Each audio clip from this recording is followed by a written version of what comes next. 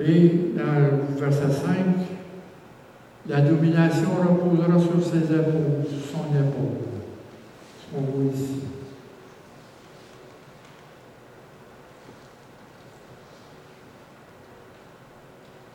Dans Éphésiens, au chapitre 1, verset 22,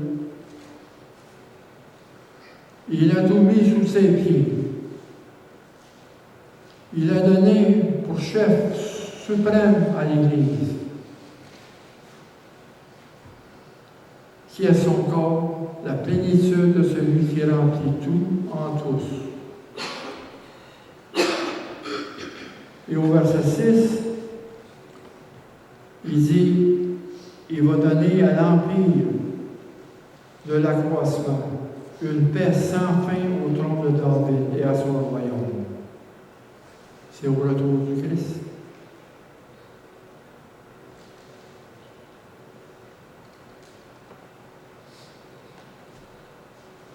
Dans Isaïe 54, versets 2 et 3.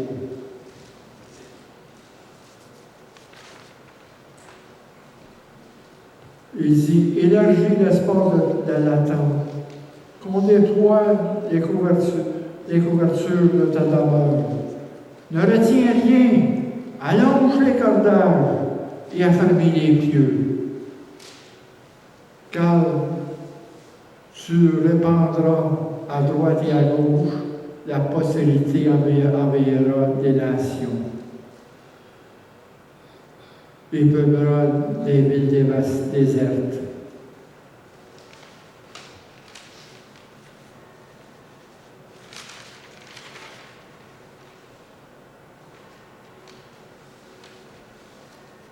C'est la promesse qui était faite à Abraham au chapitre de Genèse 22.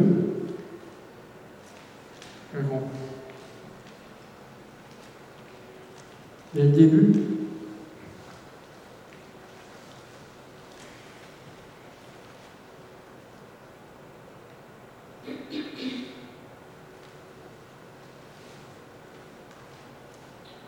Verset 16 à 18.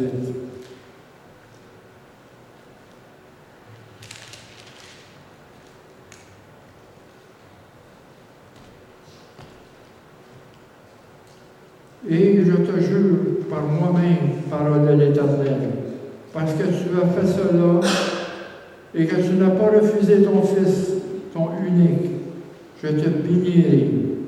Je te multiplierai ta postérité comme les étoiles du ciel, comme le sable qui est sur le bord de la mer. Et ta postérité possédera la porte des ennemis. Toutes les nations de la terre seront bénies en ta postérité, parce que tu as obéi à ma voix. Jésus vient du peuple juif, descendant d'Abraham, descendant du roi David.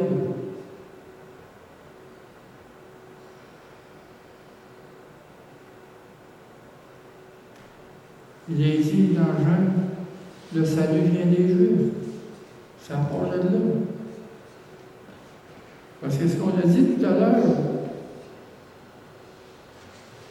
le pays de Zabulon et le pays de Naphtali, le temps venir, couvriront de gloire la contrée voisine de la mer au-delà du Jourdain, le territoire des gentils.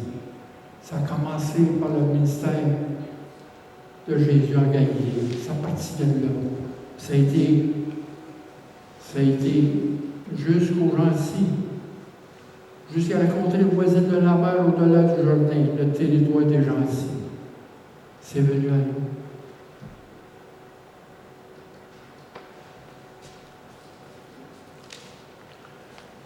Et il va donner un royaume sans fin. Parce que dans Daniel, au chapitre 2, verset 44, dans le livre de Daniel, dans le temps de ces rois, on parlait de la statue, de tous les royaumes, le Dieu des cieux suscita subsistera un royaume qui ne sera jamais détruit. Jamais détruit. On parle du royaume de Dieu. Qui ne passera point sous la domination d'un autre peuple.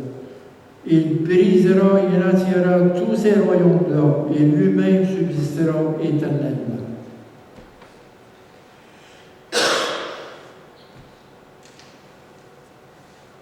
Et dans Daniel, au chapitre 7, verset 14, ça fait marquer ça, c'est des bonnes références. On lui donnera la domination, la gloire, le règne, et tous les peuples, les nations, les hommes de toutes les langues le serviront. Sa domination est une domination éternelle qui ne passera point, et son règne ne sera jamais détruit. Qu'est-ce qui s'en vient?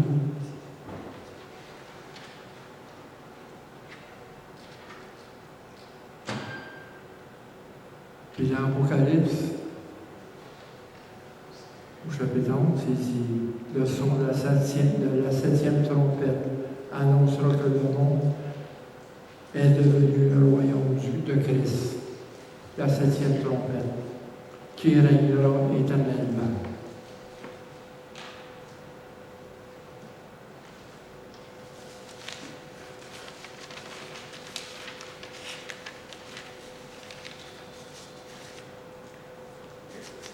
C'est ça que ça nous donne une raison d'espérer.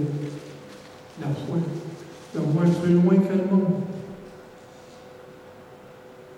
De voir qu'est-ce qui est invisible. Ce que Jésus prépare. Ça va être un vrai festin. Moi, je vois, c'est comme un film. C'est comme un film. Jésus venir la première fois. Quand il va revenir dans les nuées. Il ne viendra pas tout sur la terre. Il va venir au son des trompettes des archanges. Hey, ça va tout être un festin qui va être en haut. Et là, on monte.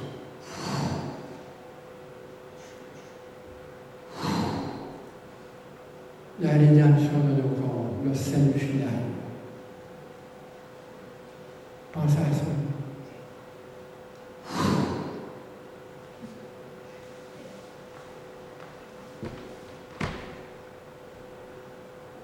Et qu'est-ce qui va rester? Ça va être une église apostate.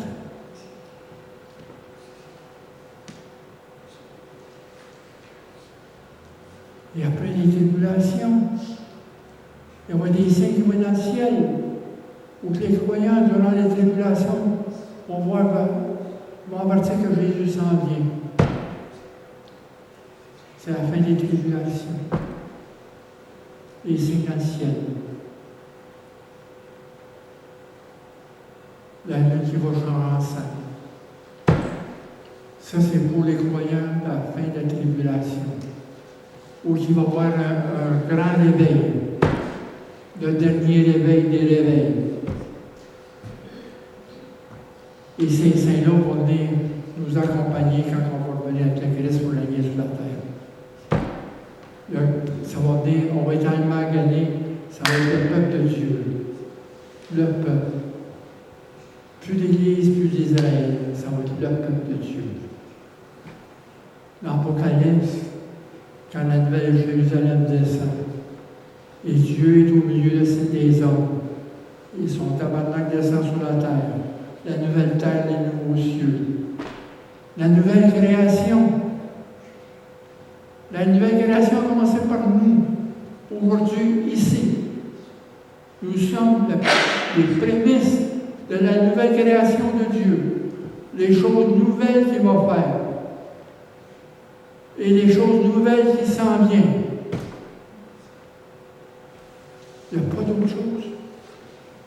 C'est ça, Noël, c'est ça qui est là-bas. C'est d'attendre un événement qui va être glorifiant, qui va être glorieux. L'Église glorieuse du Christ. On fait partie de ça. Oubliez ça, l'édifice, l'institution de l'Église, la religion, oubliez. Parce que le christianisme, c'est une relation avec Jésus. Un coup, vous avez trouvé Jésus, vous n'avez plus besoin de chercher votre religion. Vous n'avez pas besoin de religion. Vous l'avez ici. Vous avez Dieu avec vous.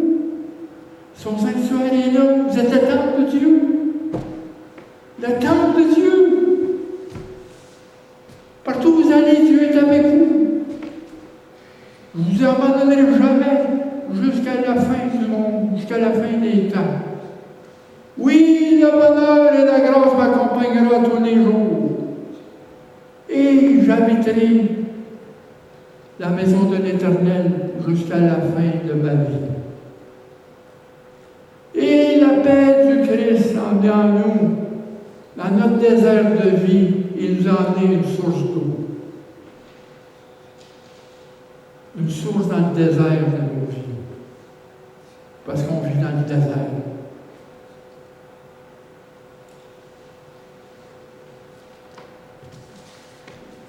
Oui, il y a raison d'espérer. La foi en Christ. Jésus dit dans Jean 14, 27,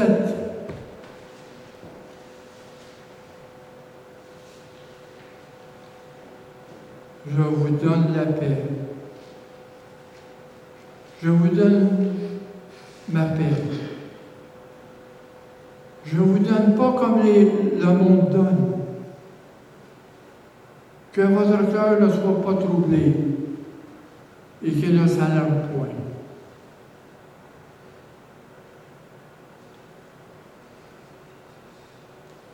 Oui, il dit, je vous donne la paix. Après ça, il dit, je vous donne ma paix, pas la paix du monde. Ne cherchez pas une résolution dans le monde. Il n'y a pas de solution dans le monde. La solution, c'est en Christ. C'est en nous, dans tous les jours de notre vie.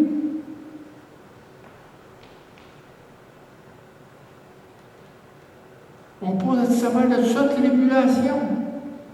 Et si ne troublez-vous pas, ne vous alarmez pas, parce que je suis avec vous jusqu'à la fin. On a passé toutes sortes d'épreuves, toutes sortes de difficultés, toutes sortes de peines. Quand on est venu à Jésus, le jour qu'on est venu à lui, où qu'on était, il n'a pas dit que nos troubles étaient finis. C'est encore pire, on va avoir plus de troubles. Parce que l'ennemi va être plus vorace envers nous. Quand tu ne marches pas avec Jésus, ben, l'ennemi va te laisser en paix. Inquiétez-vous pas, il va vous laisser dans vos convoitises. Tiens, je laisse ce gars-là, je laisse cette femme-là, envoyer. Je n'ai pas besoin de m'alarmer, ils vont tout m'attaquer à ce que je vais aller chercher, je vais décourager. Parce qu'il est là pour nous voler, il est là pour nous égorger, il est là pour nous détruire. Entendez-vous ça? Mais on a la paix. Celui qui est en nous, Jésus, le mystère qui est caché dans le monde, il est plus grand que celui qui est dans le monde. Parce que Dieu tient le diable par la laisse. C'est comme un chien. Il y a une limite. Il ne peut pas aller plus loin qu'il y a une limite.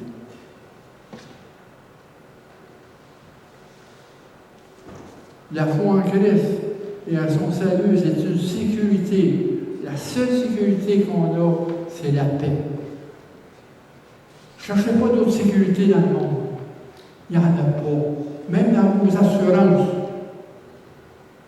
Quand vous payez à tous les mois. Je me rappelle quand je suis venu me recycler, quand j'ai laissé le domaine du ski, je suis un cours d'assureur vie, de planificateur. Et j'avais ma licence en cours de ça. Ça m'a pris une semaine, j'ai lâché. Parce que c'est comme mettre des clous dans le cercueil. C'est de la fausse espérance.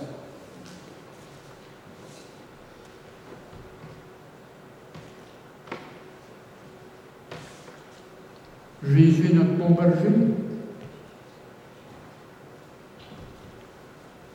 Dans Matthieu 5, dans les Béatitudes, au chapitre 9, il dit « Heureux ceux qui procurent la paix, ils seront appelés fils de Dieu. » Heureux ceux qui procurent la paix, ils seront appelés les fils de Dieu. Là où il y a des disputes, des querelles, il faut prier. Il faut apporter la paix, la réconciliation dans nos familles. Combien de familles sont brisées? Combien de familles? Moi, de premier, partout. Partout. Il y a des squelettes dans les placards. Il y a des histoires de famille. Mais avant de juger, cherchez la cause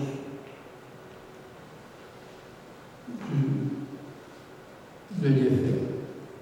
Il faut aller de l'effet à la cause et non pas avoir les yeux braqués sur l'effet.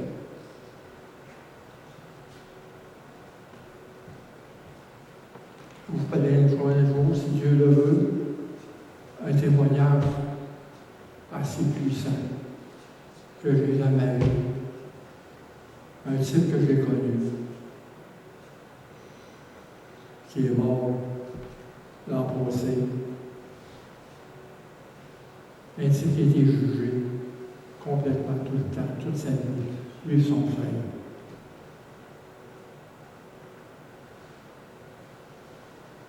Parce qu'il y avait un père qui n'avait pas les mains propres.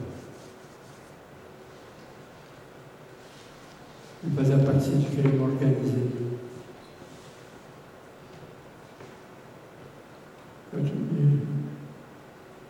Il a fait de la prison.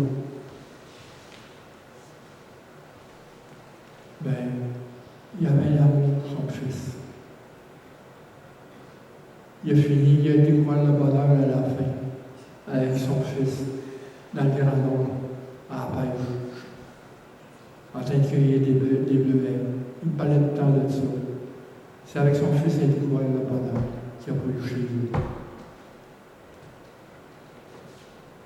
Ça, c'est puissant, ça. J'ai écouté ce gars-là, j'ai prié, j'ai prié Jésus. C'est un gars qui était dans ma classe, ça me semble primaire.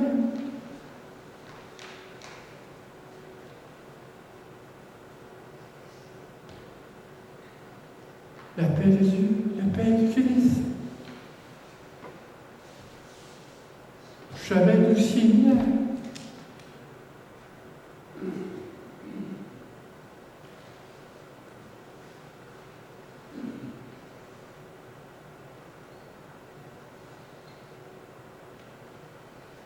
Oui, heureux ceux qui procurent la paix, ils seront appelés fils de Dieu. Heureux ceux qui amènent l'amour de Dieu, ou qu'il y a de la haine, ils vont être appelés fils de Dieu, ou filles de Dieu. On ne peut pas aimer comme Dieu nous a aimés. Mais on peut demander à Dieu de mettre son amour en nous.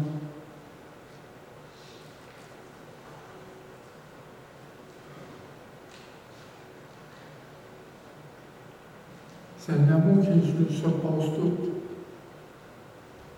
qu'on découvre. Cet amour-là est sur la croix. On va tout le temps être là, dans le souvenir de la croix. Jésus dit, faites ceci à mes mémoires. J'ai été cloué pour vous cette fois. J'ai été abandonné par mon Père. J'ai eu un esprit qui était brisé, le corps qui était tout rompu. Pardon, Seigneur, pour nos péchés. Tu as brisé le cœur. Après tout, qu'est-ce que tu as fait pour nous? Après tout, qu'est-ce que tu as fait pour nous?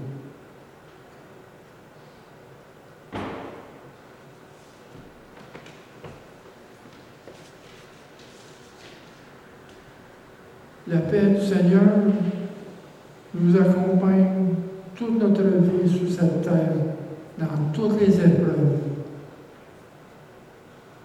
C'est le prince de la paix qu'on adore, qui est venu à nous. Il nous fait reposer dans le divers pâturage. Il nous dirige vers des eaux paisibles. Il restaure nos âmes. Il calme nos âmes. Là où c'est l'anxiété se prend, il nous calme. Il nous emmène dans un calme.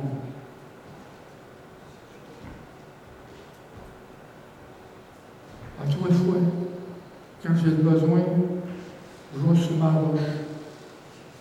Je vais à ma roche, je vois la face de Dieu. Je m'assieds sur la roche. Je cherche la face de Dieu. Puis il vient à moi. Un jour, dans mon travail, j'entretenais les terrains, je coupais du gazon. Et un jour, ça vous le répète, je le répète encore. J'étais là, il y avait le lac Miette. L'eau était calme. Calme, comme je n'ai jamais vu l'eau calme. Il nous emmène vers des eaux paisibles. Seigneur, qui dit, arrête ton moulin, arrête, ferme ça. J'étais à côté de sa roche, je vais partir à broyer.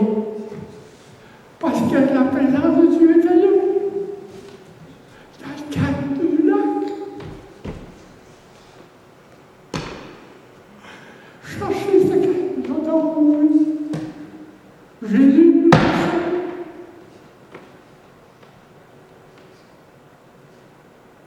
Vivez en paix. Cultivez la paix. Cultivez la paix. Et recherchez, poursuivez la paix. C'est ce que Dieu nous demande tout le temps. Cultivez la paix. Recherchez la paix. Vivez la paix. En longtemps que c'est possible pour Paul ici, vivez en paix avec tout homme. C'est impossible. Mais en tant que c'est possible, vivez en paix avec tout homme. Cherchez la paix. Cherchez pas la chicane. Quand ça parle, blablabla, fermez vos oreilles, mettez votre main sur votre tête, priez. Priez.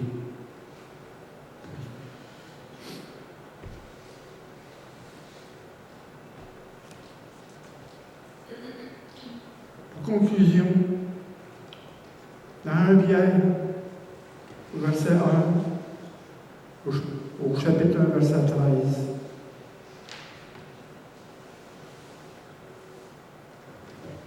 béni soit le Père de notre Seigneur Jésus-Christ, qui selon sa grande miséricorde nous a régénérés, une nouvelle naissance, pour une espérance vivante. Laquelle est notre espérance?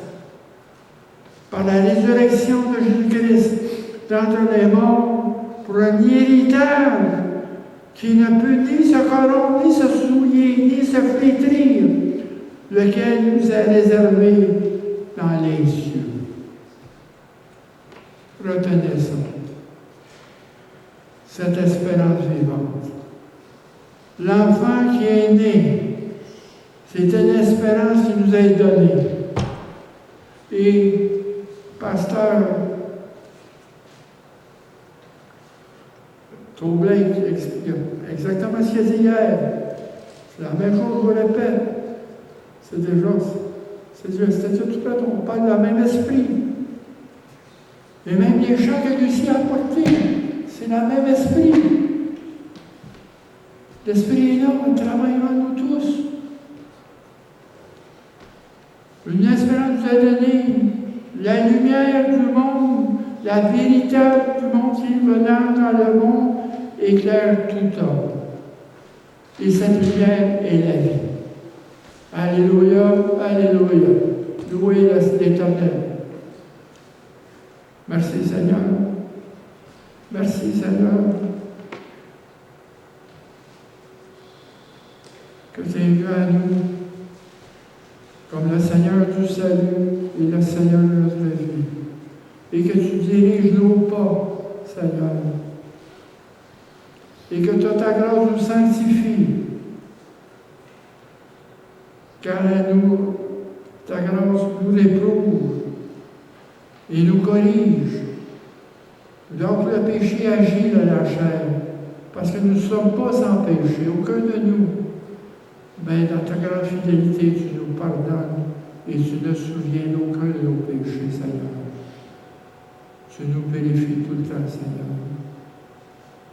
Alléluia. Merci, Seigneur.